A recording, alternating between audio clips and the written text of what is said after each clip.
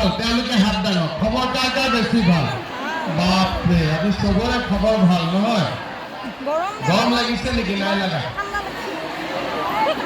ভাত খাই আহিছে নে খোৱা নাই নাই খোৱা ঠিক আছে একদম নৰেন্দ্ৰ মোদী ডাঙৰীয়া শুনা পোৱাকৈ মোৰ লগত কওক ভাৰত মাতা কি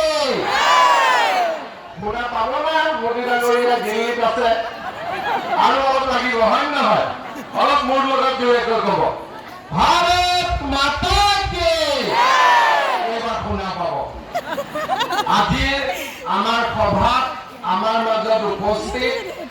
অসম ভাৰতীয় জনতা পাৰ্টিৰ সভাপতি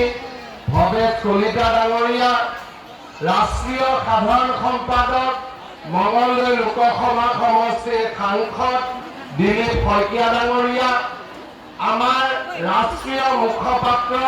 নলিন কোঁৱলী ডাঙৰীয়া মোৰ মন্ত্ৰীসভাৰ সদস্য চন্দ্ৰমোহন পাটোৱাৰী আৰু জয়ন্ত মল্ল বৰুৱা ডাঙৰীয়া সন্মানীয় ভুৱনেশ্বৰ কলিতা ডাঙৰীয়া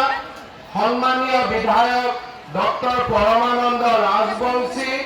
গুৰুজ্যোতি দাস ডাঙৰীয়া কমলপুৰ সমষ্টিৰ অতিকে মৰমৰ বিধায়ক দিগন্ত কলিতা ডাঙৰীয়া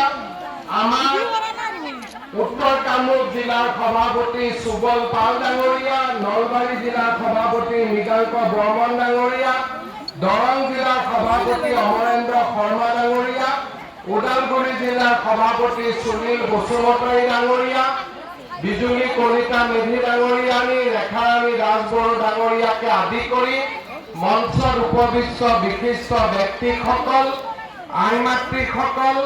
যুৱক যুৱতী বন্ধু বান্ধৱীসকল মই আপোনালোকক ভাষণ নিদিওঁ আমাৰ চৰকাৰে অহা 6 মাহত